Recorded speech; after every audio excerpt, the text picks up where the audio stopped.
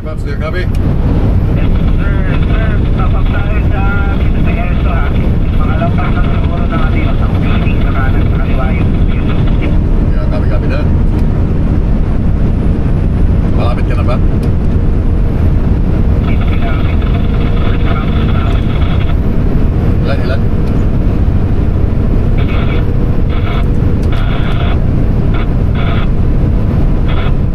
Good morning, Kamlobs.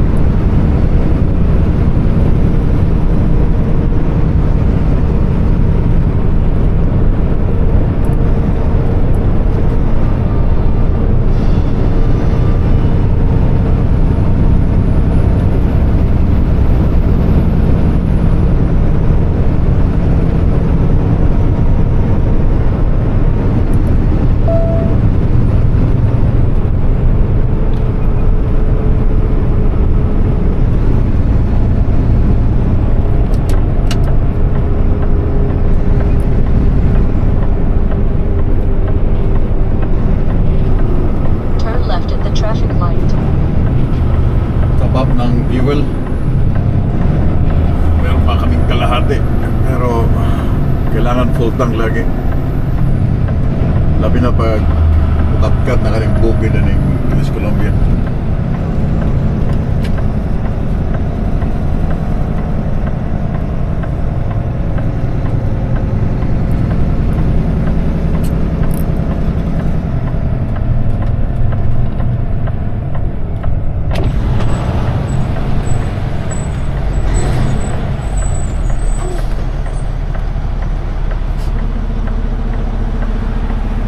Woo!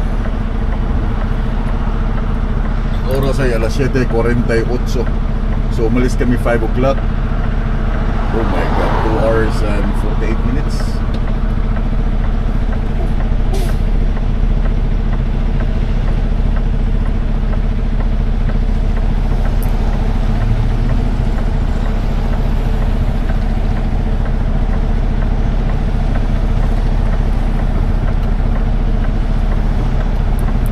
Ihing-ihi na ako, mga choy. At gusto mo kape?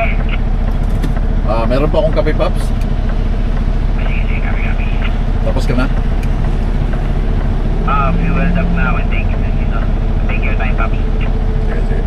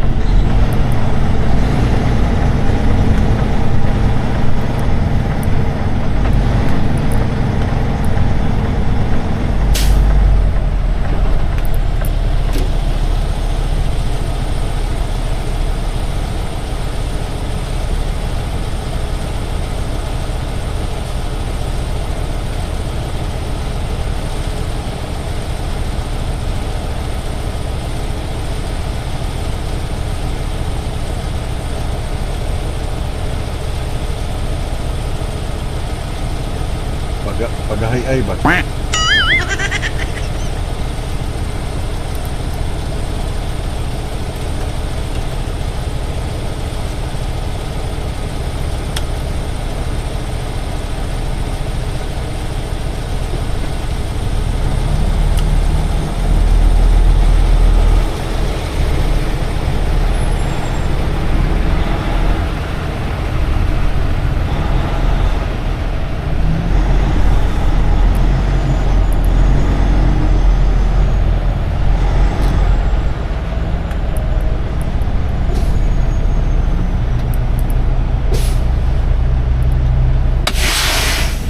Good morning mga Chuy and Chay. Good morning. Tagal namin dito sa Husky. Kasi hindi ako makakuha ng fuel. Laging incorrect. Ngayon na lang ulit ako nag-refuel dito sa Husky Esso. Madalas Petropas pag nasa Canada, Petropas, and then Flying J.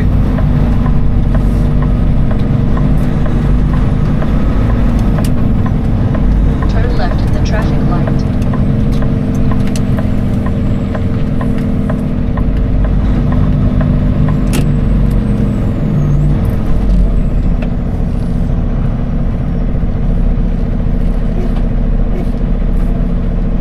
Yan. Buti na dito sa Pops, ginamit namin yung kanyang card. Meron akong Husky pero hindi ko na alam ang password eh. Well, nagpalit na nga kami ng EFS.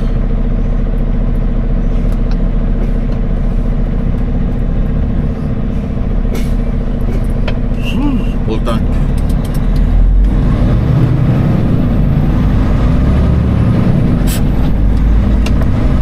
Red light. Copy, copy.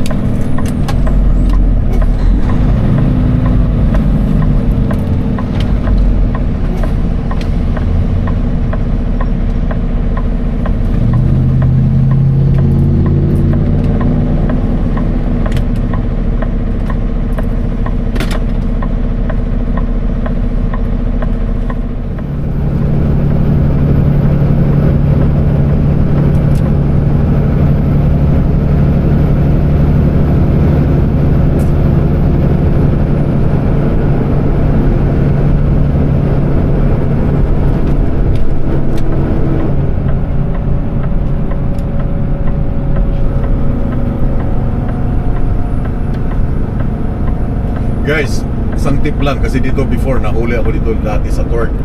Nalagpasan ko tong exit area. Pag lumagpas kayo sa scale, diretso kayo. And huwag kayong tumigil dyan sa gilid ng highway na itry nyong i-reverse ang inyong truck. No, just go ahead. Pagdating sa unahan, hanap ka ng mga parkingan. Or kung meron kayong ikutan para bumalik kayo. Nahuli na ako dito one time. Nakaligtaan kong mag-exit kasi nakalimutan kong mag-exit. Natikitan ako dito around yung penalty niya is $198. Itong mismo Kamloops na skill. Huwag kayong mag-reverse ha. Take the ramp ahead to Lagpasan nyo Highway siya or tumigil kayo dyan sa gilid, pero it's not safe na tumigil. Just diretso lang kayo, then hanap kayo na may ikutan, balik.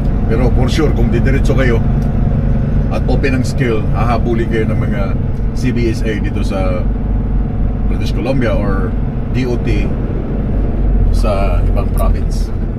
Hahabulin kayo.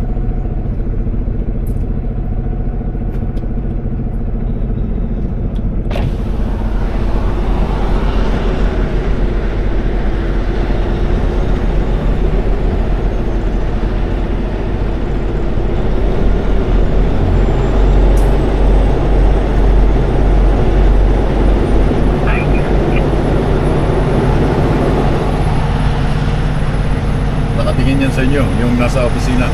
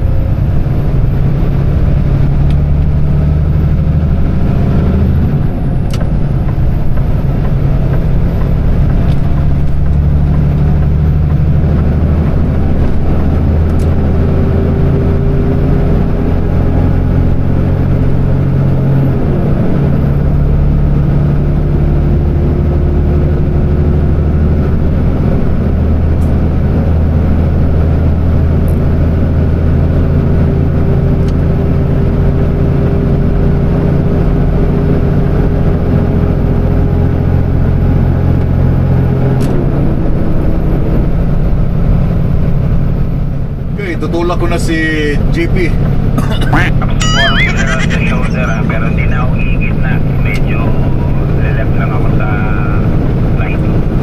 Cover kita dito.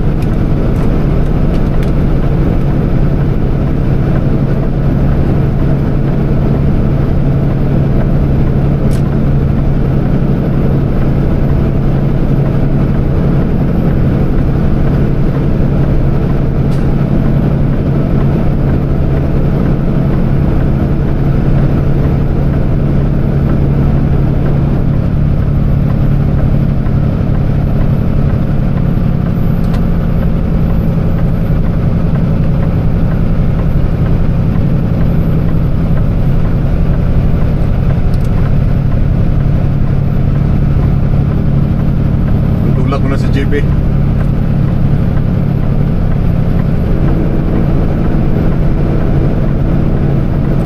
Malakas si Portugal sa ahon. Malakas siya.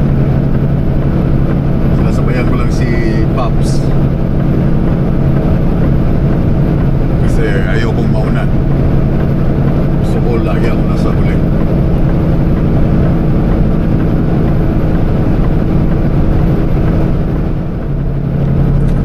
Oh, wala nangyari dito. Napamandi siya rin yung tire service. Siguro nung snow time yan. Sigurado, may ano siguro, nasa kanan, kinain.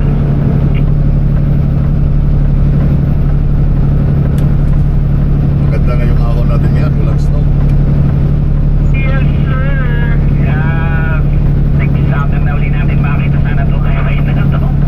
Wala na, summer na kasi last trip na to dito.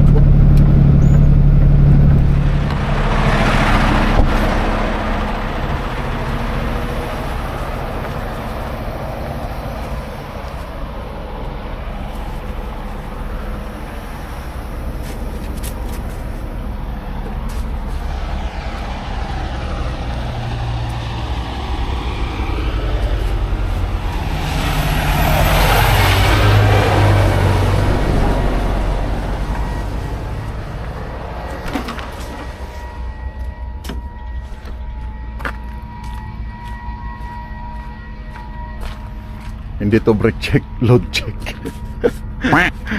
Load check yung ginagawa namin. Hindi brake.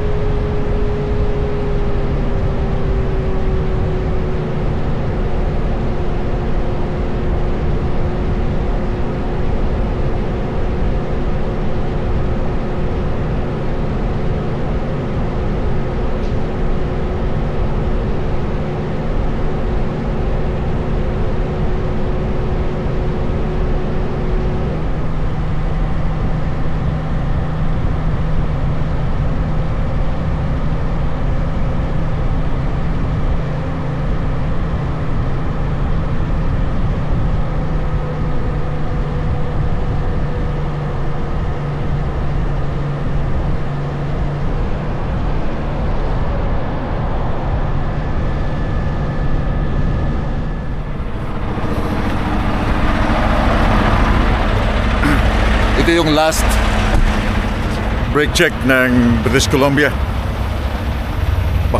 Dalawang brake check lang pala pag galing ng Kamloops, galing sa Highway 5, dalawang brake check lang papunta dito. Napakaganda ng kalsada, dry and clean. Medyo slash ng konti. Pag ganitong situation, dito logi si James, si Highway True Hill, dahil napakaganda ng highway. Unless na lang talaga kung ang driver ay patanga-tanga at highball ba, ma-highball, logi sa pag ganitong situation.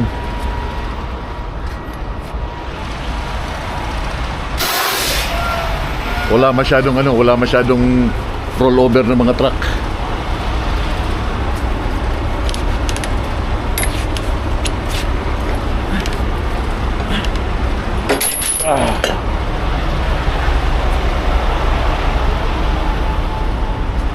Jamie Davis pala. Si Jamie Davis, logi pag ganitong napakagandang panahon. Kikita lang yun pag malakas ang snow. Ha?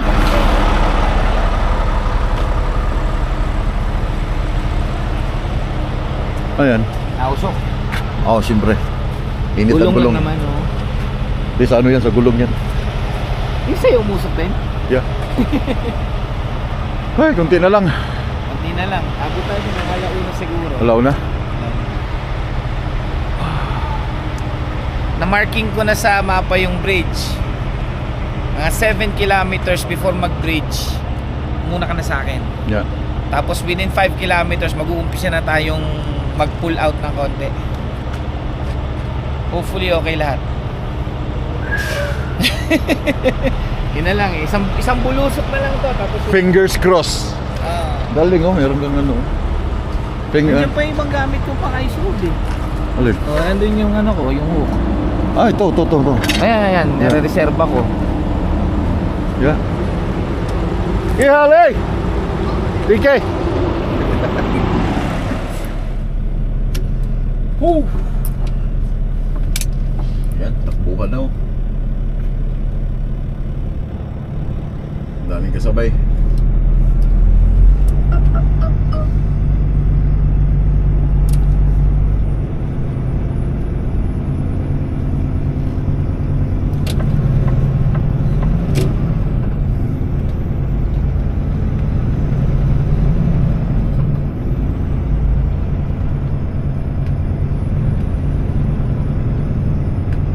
Mamadali yung mga truck na umalis nung nakita umalis tayo eh. Kasi alam na susunod sila sa atin pag ano eh. Medyo nakakita tayo. Alisan sila eh.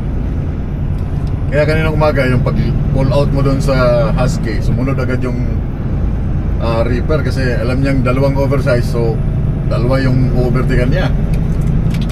Talaga na din na magagaling din eh.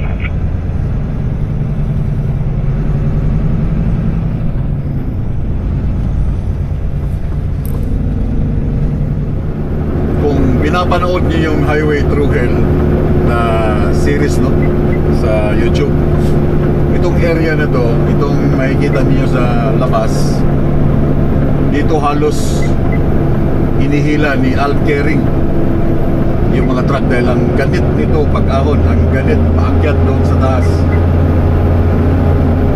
Pag lalo na malakas ang snow, ang ganit makaahon doon, lalo pag oversize or loaded ka or hindi ka nag-chain up, dito kanya bubuhatin ni Al Kering.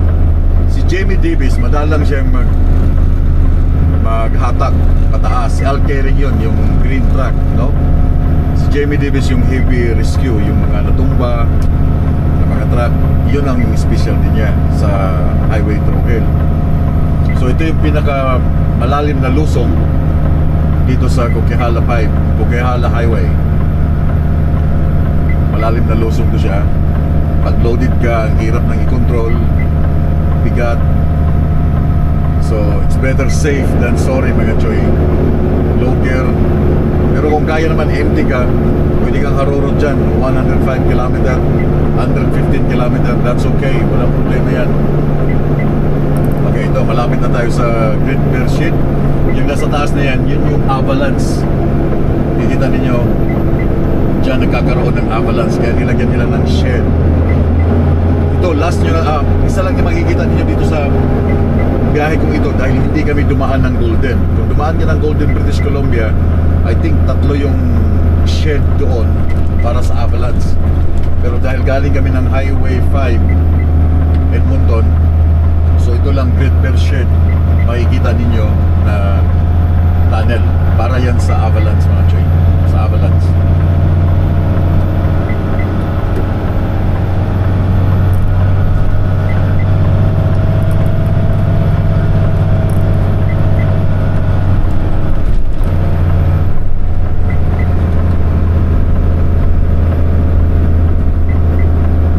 Kaya kita nyo sa taas.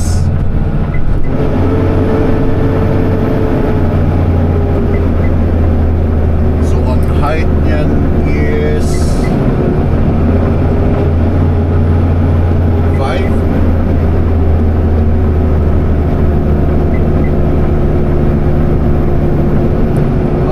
This sa right side ay 4.88.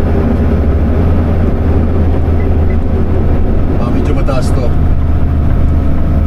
Ang mataas sa left side compared dito. This is 4.88.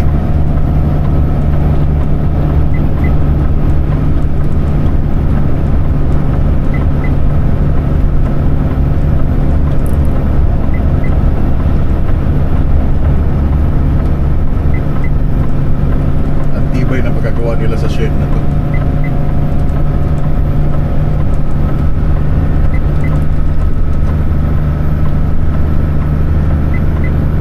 Bakit yan nagtututut?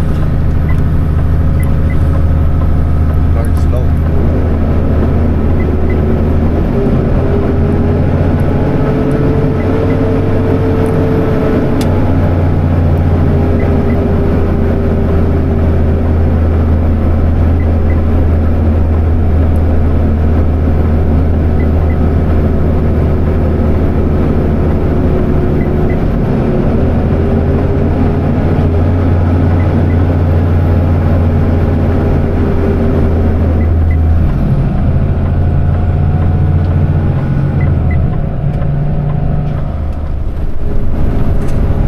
Mukhang logi si Jimmy Davis sa kanyang negosyo ngayon ha.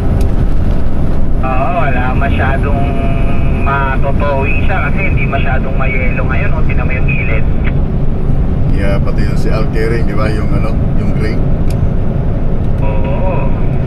Ano sila ngayon? Jetta. Kikita lang yan sila pag malakas ang storm, may blizzard. Tsaka habang may Indiano, meron silang pupul outin. Habang may Indiano.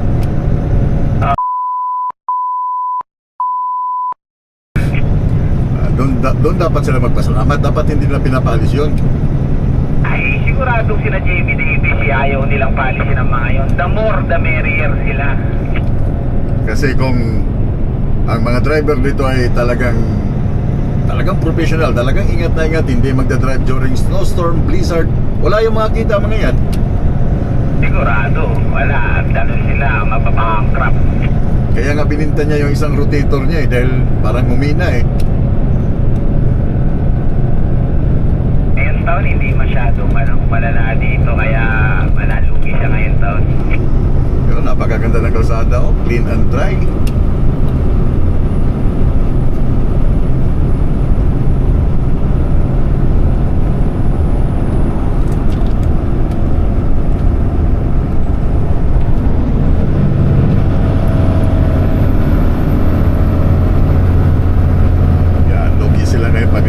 Highway ng Coquihalla, walang storm, walang blizzard, walang freezing rain. Napakaganda ng kalsada. Anong itutuwing nila? Wala. Malakas lang sila pag isang bukso ng storm, isang bukso ng blizzard. Tapos may mga little eye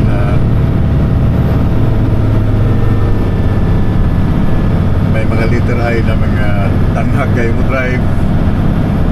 No? Doon sila magkakapera. Doon sila mag-aagawan ng pagtawag na may nag-rollover na sili, unahan agad yan sila sa site.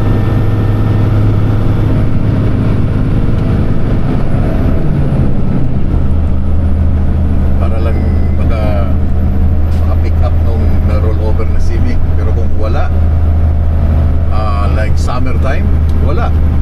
Ang ginagawa sa kanila, Hey, uranium is back.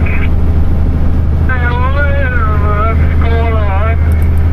Give me a little tailwind. Push me, come on now. Got good roads all the way to Edmonton. Some wet spots.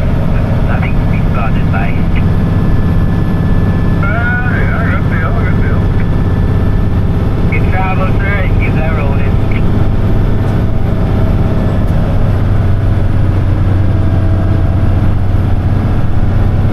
yeah. Wala ako dun sa ano. So meron kasi isang queue line. So pag summertime, kasi sinusundan ko yung highway through hill. Pag summertime, ang ginagawa sa kanila,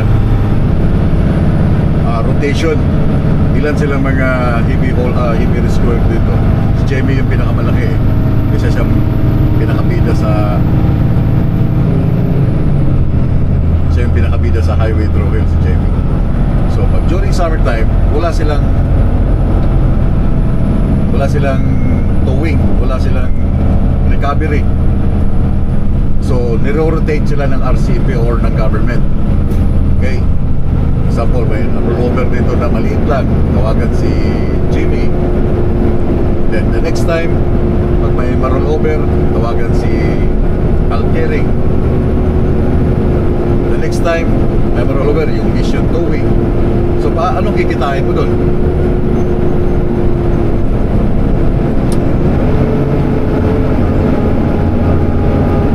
Diba? Wala.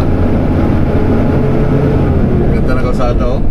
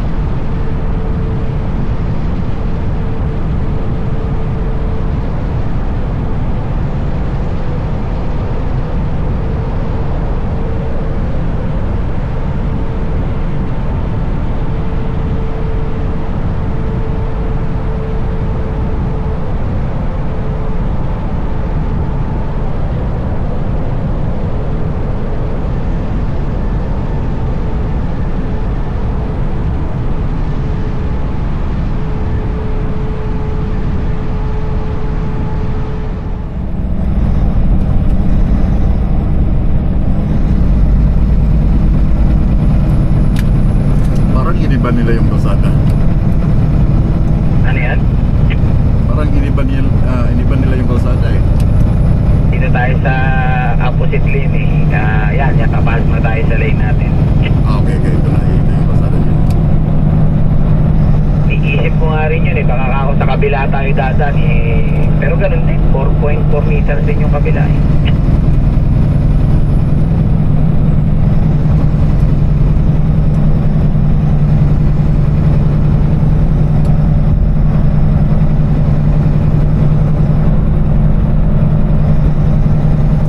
Init naman.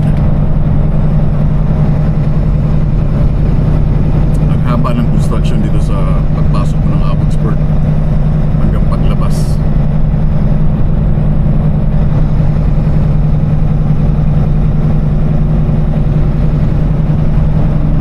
Malapit na 6 kilometers guys.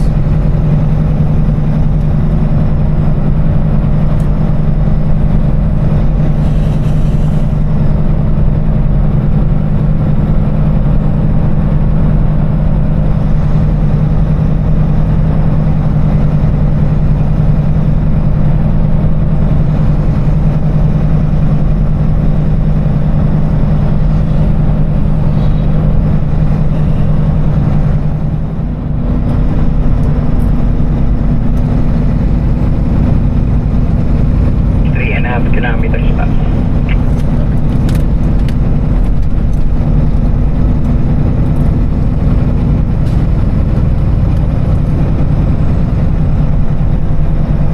Itong sinusundan ko per oras eh.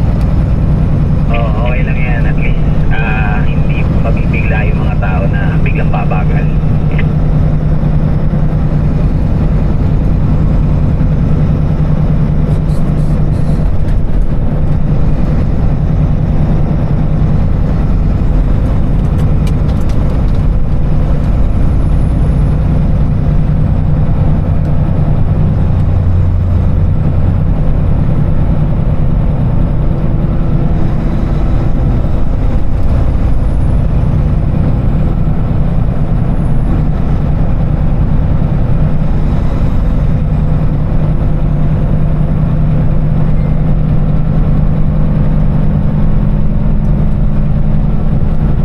Lapit na.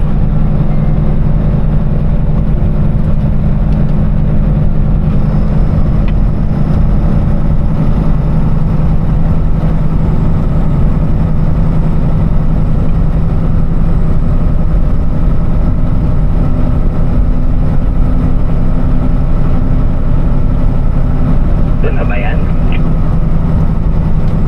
1.6.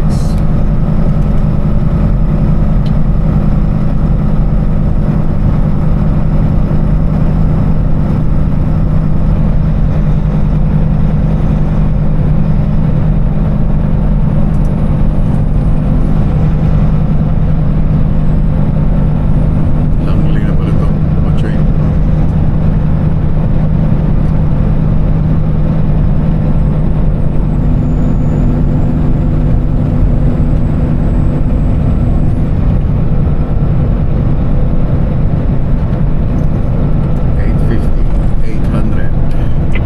Tayo na natin. 750. Okay, next bridge.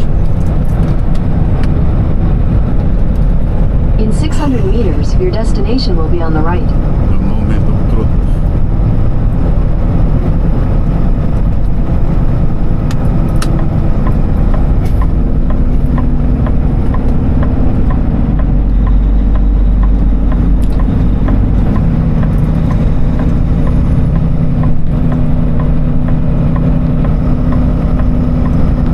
Saan lang, Paps? Ilalagay 4 point. Your destination is on the right. Yan. Lusot, diretso, lusot.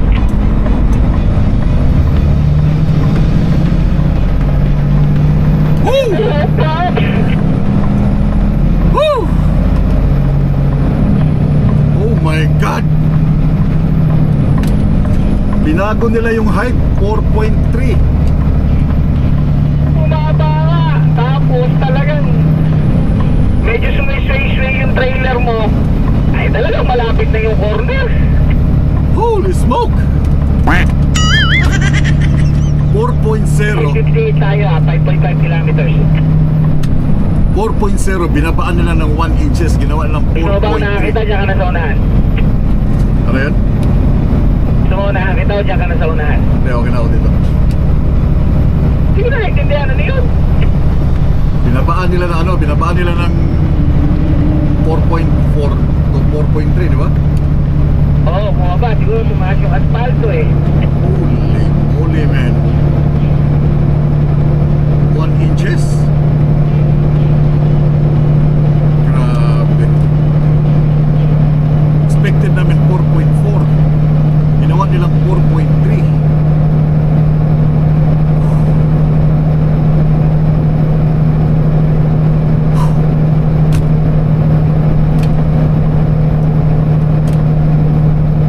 Grabe. Oh, success!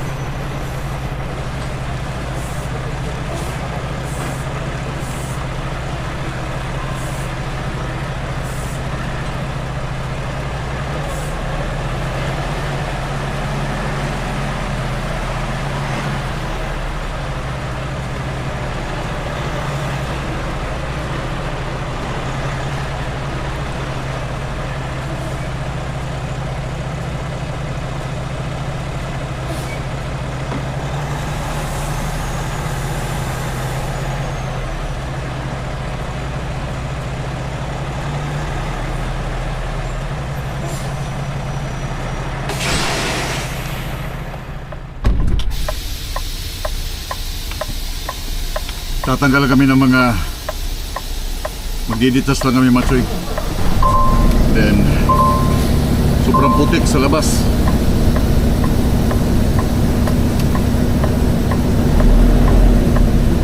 Tapusin lang namin to and then we're good.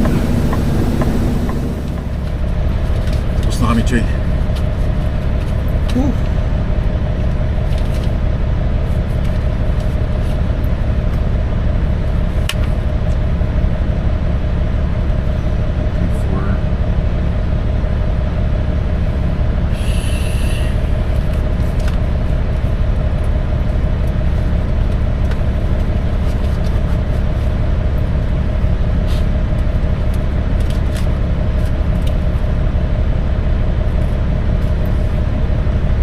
Done. So, plano namin ngayon, ay maghugas ng truck dito sa yard namin sa Abbotsford. Kinontak namin yung aming head doon kung makapagpadala siya ng tagahugas. Dalawa kami truck. And magpapahugas kami. Kasi nakakayang lumabas ng Canada, I mean papasok ka ng shuttle. 9:30 pa daw ako may papasok ni Sarah bukas. Anong oras? 9:30. Sabay na tayo pumasok para may mag-guide sa'yo. Tsaka sa akin. Anong pipikapin mo doon? Loader lang na maliit. Oh, the same thing? Emping.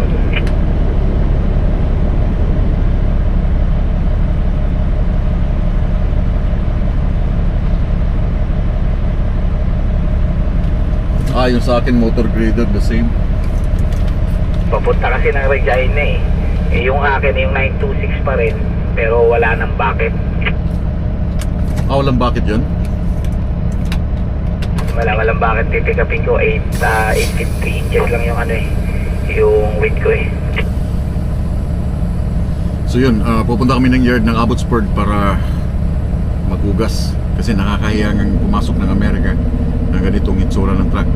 As in putik dahil umulan kagabi sa British Columbia. Then all the way ng Coquihalla hanggang dito, hanggang itong pinatungan namin ngayon, napakaputik. Okay mga Choy, ito yung bridge kanina. Ito yun.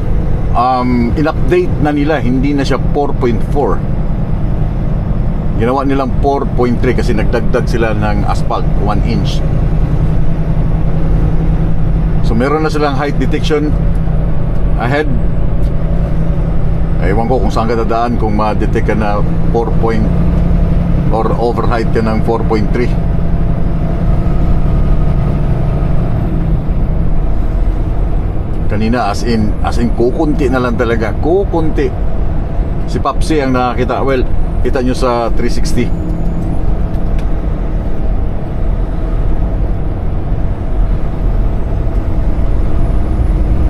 So hindi na pwede dito ang 4.3 na sakto lang talaga. Bubuhatin mo yung release dito sa taas.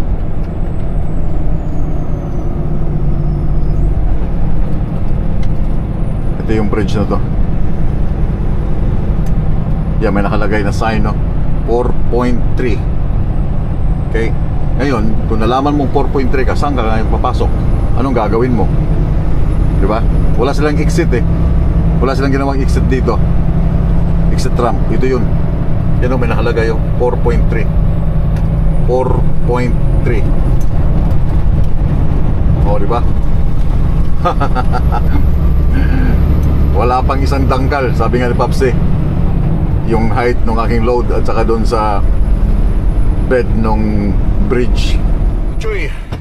Dito na kami sa yard ng Q-Line Abbotsford. Oh, look at that. Gaano kadumi yung truck. So, ihintay namin.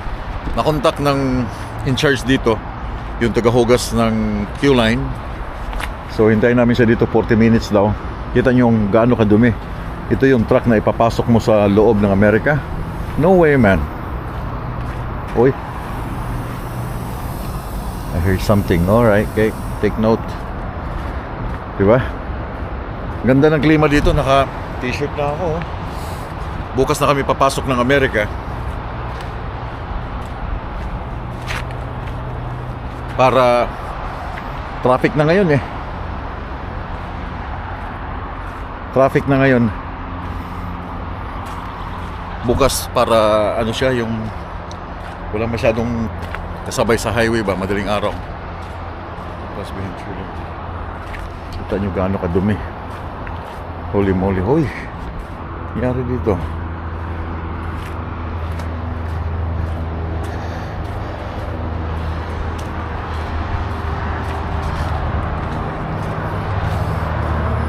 Lighter?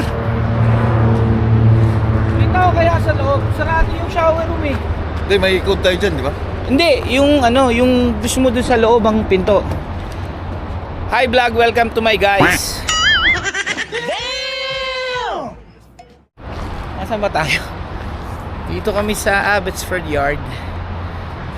Walang tao dito, kami lang. Oh. Ano yan? Masarap yan pag naninigarilyo. Orange? Sep, masarap yan kasi matamis-tamis. Yung ano ko, nabuksan ko yun. Oh. Kung may pinto pa doon papunta sa shower, nakalak eh. Uy, paano tayo makashower? Hindi ko alam. May number ka pa ni Mandip? Yeah. Yung cellphone number ni Mandip? Yeah. Tawagan mo si Mandip, sabihin mo sa kanya, nakalak. Tapos tanong mo, pwede natin hiramin yung truck, bibili lang tayo ng pagkain. Ay, wala na. Paano siya? Paano pupunta pa siya? Hindi, yung susi niya nandito dito sa ano. Yung susi ng truck, andyan sa key card, sa key. Hindi ko lang alam ang code nung ano, nung box. Yeah, sige. Okay, ito na yung aming tagahugas. Kasi ang hirap makakuha ng washing dito sa area ng British Columbia, Vancouver lang. Ang hirap makakita ng truck wash. So, meron kaming suki dito na pumupunta talaga sila. It's toned down a bit though, Oh, because you don't want to run at max, so it's probably only It's running gonna strip up the 35. But you don't need that much power, right? It's enough. Yeah. wow. Tapos magkukunik siya ng tubig. Hindi, ito yung tanke niya, pupuno niya ng tubig. So pupunta muna siya sa tubigan, maglalagay siya sa tubig. Hindi, parang ikukunik niya doon sa atin Oo, eh. ikukonek niya Diba? doon sa hose. Pero kung wala silang tubigan, Meron siyang ano. Oh, It galing. took a long time to set up. At first, you just get the Oh, van. no, if we got all the time, we Get the van first.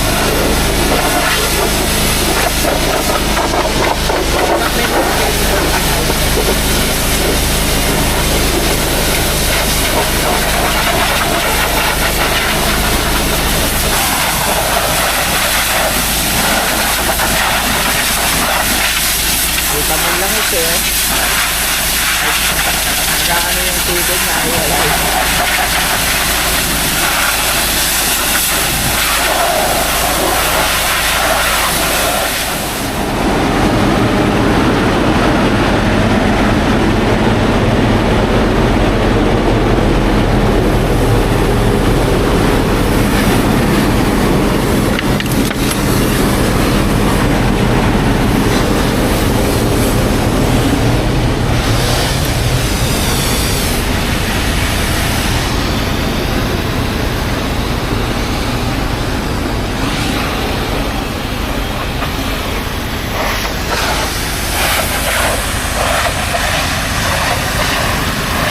Okay guys, pag irarampa mo sa Amerika, kailangan malinis.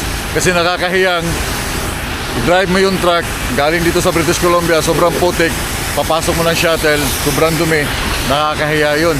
Magre-reflect yun you as a driver. Kaya GP, patapos na rin sa akin, malinis na si Bordagol, masarap na ang ipasok sa Amerika bukas ng umaga. But anyway, tatapusin ko na itong video. Daghang salamat sa inyong pagtanaw and I'll see you guys on my next video. Pagamping mo tanan. Have a good night.